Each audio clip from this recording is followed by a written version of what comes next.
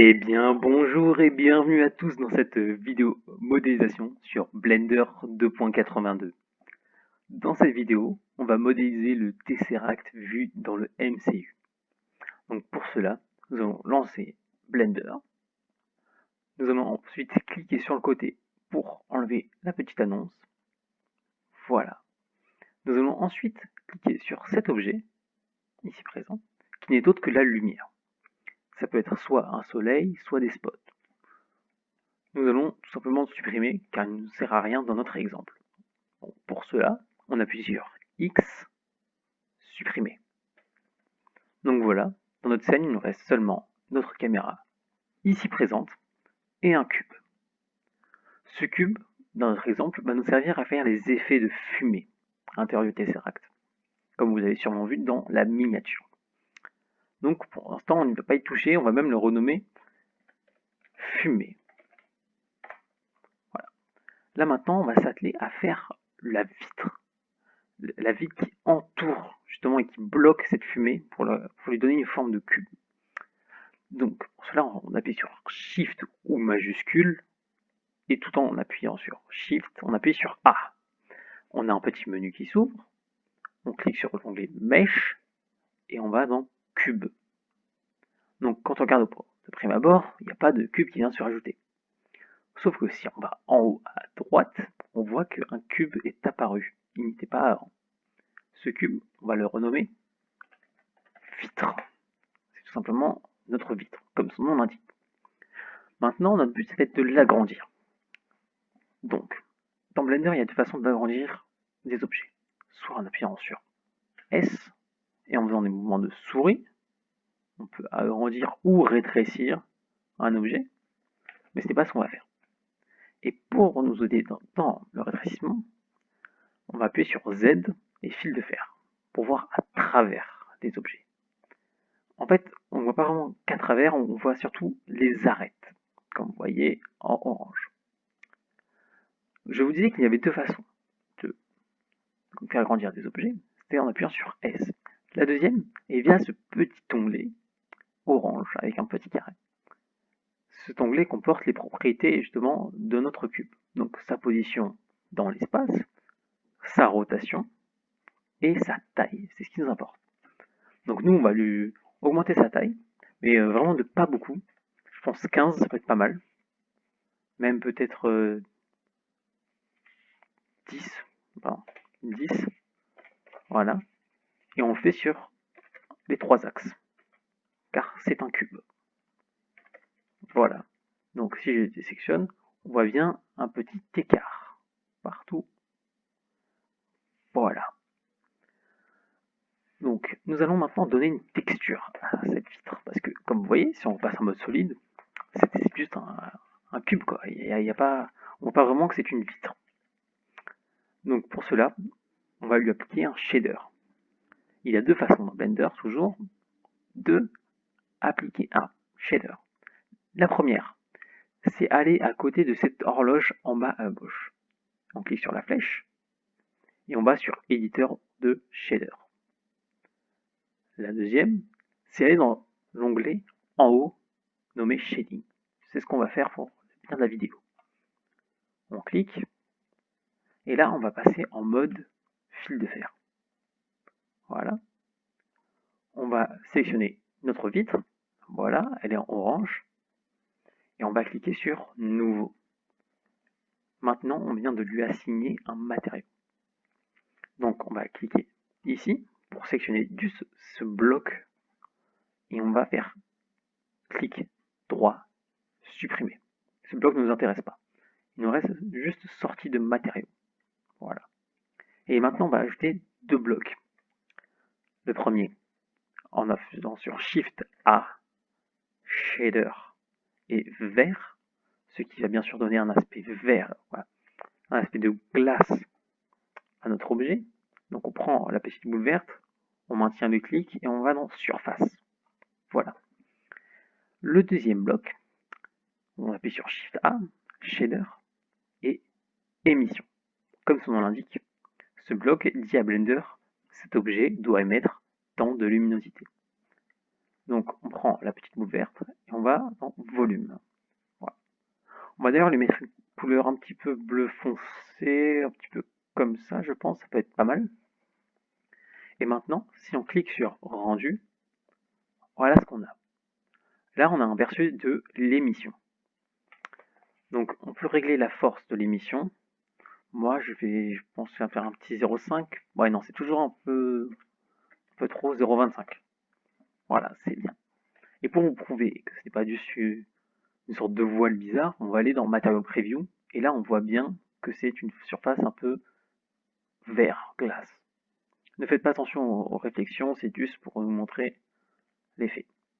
Ils ne seront pas au résultat final. Maintenant, on retourne dans Solide, et là on va sélectionner Fumée. Donc, voilà, on vient d'assigner un nouveau matériau à notre fumée. On sélectionne toujours ce matériau, clic droit et on supprime. Maintenant on fait Shift A, on va marquer en haut Principal, volume. Voilà, on met volume dans volume, comme son nom l'indique. Et là on va choisir une couleur. Moi je suis plus dans un bleu comme ça peut être pas mal. Voilà. Donc maintenant qu'on vient de choisir une couleur, cette couleur on va l'utiliser dans tout le cube. Donc pour trouver une couleur, il ne faut pas tout simplement tâtonner comme ça et dire oh c'est peut-être celle-là. On clique tout simplement sur la couleur. Et on appuie sur l'onglet X, ici, X pour hexadécimal. On clique ici, une seule fois, et on copie ce code, CTRL-C. En fait, ce code va nous permettre de retrouver la même couleur exacte. Donc on va dans couleur d'émission, on clique ici, CTRL-V. On va ici, CTRL-V.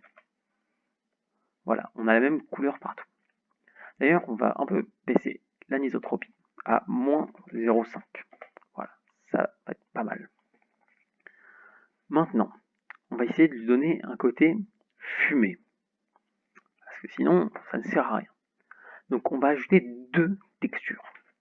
Shift A, Musgrave, excusez-moi, Musgrave, et une texture de bruit. Voilà. En fait, ces deux textures vont rajouter un certain aléatoire dans la fumée. Donc on va prendre le facteur ici, on va le mettre dans le vecteur. Et le facteur ici, on va le mettre dans densité. Donc si je vais en mode rendu, ça ne fait pas ça. Et je sais pourquoi, parce que je ne vous l'ai pas expliqué. Malheureusement, Blender, lorsqu'on le démarre, il est sur le mauvais rendu. Donc quand on va ici, on va sur Render Properties, et on voit on est sur Eevee, alors qu'il faut être sur Cycle. Voilà, donc on a les vitres, et là on voit bien qu'on a une sorte de fumée. Et c'est pas franchement très beau. D'ailleurs, je vous conseille d'aller en GPU pour Cycle. Ce sera mieux pour votre ordinateur. Donc là, on va changer quelques paramètres de notre fumée. Donc ici dans Détail, on va appuyer sur 16, le maximum. Dans Taille Échelle, on peut faire un 5.5. Et dans Dimension, 1.5. Voilà. Ici, on met 2. Voilà, on a une fumée. Maintenant, on va rajouter ce qu'on appelle un dégradé de couleur. Shift A, dégradé de couleur. Qu'on va mettre ici et non pas ici. Ici. On prend le facteur et on le met là. Et en fait, on va faire ici, on va le mettre dans la force d'émission. C'est ce qui va nous permettre de déterminer, excusez-moi, la force de lumière que va émettre notre objet. Donc voilà, on peut changer en bougeant ça. On peut améliorer la force de cette case, donc pour cela, on va faire Shift A, Mat. Et à la place de ajouter ici, on va faire multiplier. On prend la couleur, on la met dans valeur, la valeur en force d'émission, et puis voilà, on a un petit truc comme ça. Bien sûr, ici, on va changer, à la place de 0,5, on va mettre 14, c'est pas mal. Ouais, on a un petit truc comme ça. Là, on peut gérer un peu. Voilà. On essaie de trouver quelque chose de sympa. Voilà, on passe en mode rendu. C'est plutôt sympathique, ça ressemble vraiment à de la fumée. Voilà. Maintenant, on va retourner en mode layout. Voilà, on a notre cube, fumée. On va en créer un autre. Shift A, cube. Bien sûr, comme tout à l'heure, le cube est apparu là. On va l'appeler fumée 2. Voilà. On va passer en mode fil de fer et on va changer sa taille de moitié.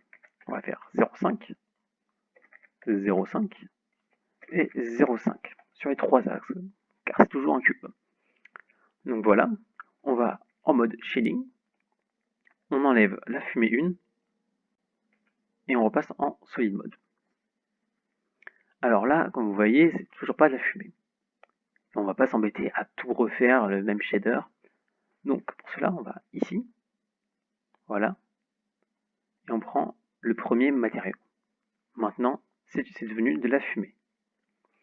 Sauf que nous, on veut modifier ce shader, exprès pour ce cube. Et on veut pas que ça modifie en même temps celui-là, celui fait précédemment.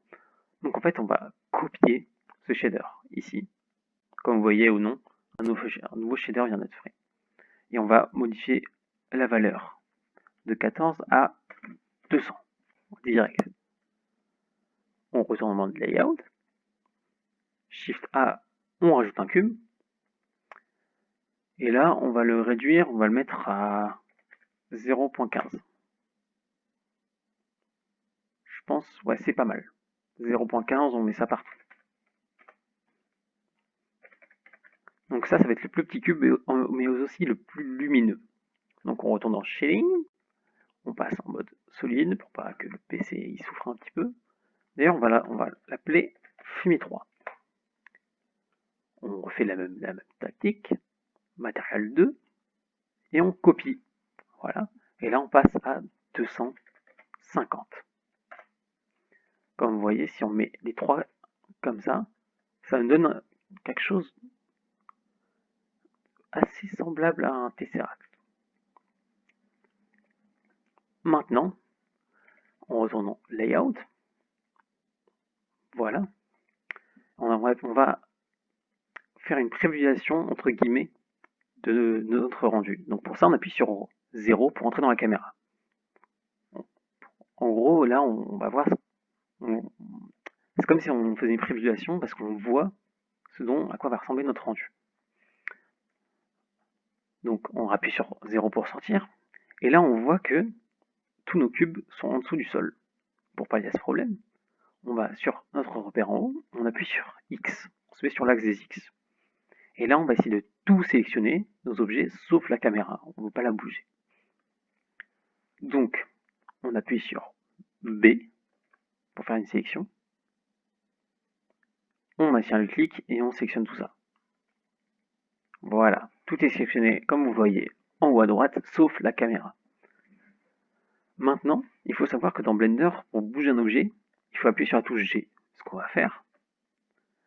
Et après, il faut aussi préciser un axe. Si on veut, bien sûr, préciser un axe. Si on veut pas qu'il aille à droite, à gauche, en haut, en bas, sans qu'on le veuille. Donc nous, on va préciser l'axe Z pour qu'il monte. Comme vous voyez, l'axe Z est devenu plus clair. Et là, malgré tous les mouvements à droite et à gauche que je peux faire, ça ne va rien changer, il va seulement monter et descendre. Donc là, je vais le mettre à peu près au niveau du sol. Voilà, à peu près. Donc quand on retourne dans la caméra, on se dit merde, j'ai fait un cube et on ne voit pas en entier. Donc pour cela, pour pallier à ce problème, on va cliquer sur les bords, on va sélectionner la caméra et on va faire pareil, GZ. Et là, on peut monter seulement la caméra. Donc moi, je pense que ça peut être pas mal comme rendu. Donc, maintenant, on va créer un sol. Donc, Shift A, plan, qu'on va renommer sol. Et ce sol, on va appuyer sur S pour l'étirer, et non pas par l'onglet avec le petit carré orange, parce que là, ça va être plus simple d'appuyer sur S. Et là, on va l'étirer avec notre souris jusqu'à ce qu'il prenne toute la place de la caméra, de l'encadrement de la caméra. Et maintenant, on va donner une texture à ce sol. Mais avant, pour pas que ça nous embête, on va virer tous nos cubes. Donc vitre, fumée 3, fumée 2, fumée. Maintenant, on va aller dans Material Preview. Et on voit, c'est tout blanc. Moi, c'est pas ce que je veux. Je veux plutôt quelque chose de sombre. Donc je vais ici, je clique sur Nouveau, et je l'appelle Sol. Donc je vais faire quelque chose de très sombre, noir, par exemple. Ça peut être pas mal. Et c'est avec ces petites préférences qu'on va modifier notre sol. Donc vous pouvez vous amuser à le mettre en métallique. Moi personnellement, je ne vais pas le faire, c'est pas très intéressant. Moi, ce qui m'intéresse, c'est les rugosités. Donc, si vous voyez, si on le met au max, c'est vraiment noir mat. Alors que si on le met vers 0, c'est vraiment un miroir le truc. Il reflète. Donc moi, je vais essayer de trouver un petit juste milieu. Bon, voilà, ça peut être bien ça. Ça peut être bien. Et là, on va passer en mode rendu. Rendu. Voilà. Et là, pour pas faire bugger notre PC, parce que là, l'application Blender va calculer tout ce qu'il y a dans notre écran. Et nous, c'est parce qu'on veut. On veut juste tout ce qu'il y a dans l'encadrement de la caméra. Donc, on fait CTRL B, et non pas juste B comme tout à l'heure. On maintient le clic. Voilà. Et maintenant, il va seulement calculer ce qu'il y a dans l'encadrement de la caméra. C'est bien ce qu'on veut. Maintenant, on va décocher tous les objets qu'on a fait. Et là, on obtient un Tesseract. Mais comme vous voyez, il y a plein d'effets de particules. Et ça, c'est vraiment pas ce qu'on veut. Donc on n'a pas envie de lancer notre rendu et d'avoir un truc pas beau. Pour pallier à ce problème, on va aller dans le mode compositeur. Donc soit on va à côté de la petite horloge, on clique compositeur, ou soit on va ici compositing. Voilà, vous dites, il n'y a rien. Qu'est-ce que c'est que ce truc? On appuie sur utiliser nœud, d'un coup, 2 petits blocs viennent d'apparaître. On va tirer ça pour laisser un espace et on va y ajouter une case. On fait Shift A, Search, et on va ajouter la case Denoise. Alors en gros, cette case pourra avoir pour effet que lorsque vous allez faire votre rendu image, il va lisser toutes ces particules, ce qui va lui donner un rendu plutôt sympa. Donc voilà, maintenant, si vous voulez faire votre rendu, il suffit d'appuyer sur Rendu, Rendre image, ou appuyer sur F12. Voilà, c'est tout pour cette vidéo. J'espère qu'elle vous aura plu. Et on se dit à plus pour une prochaine.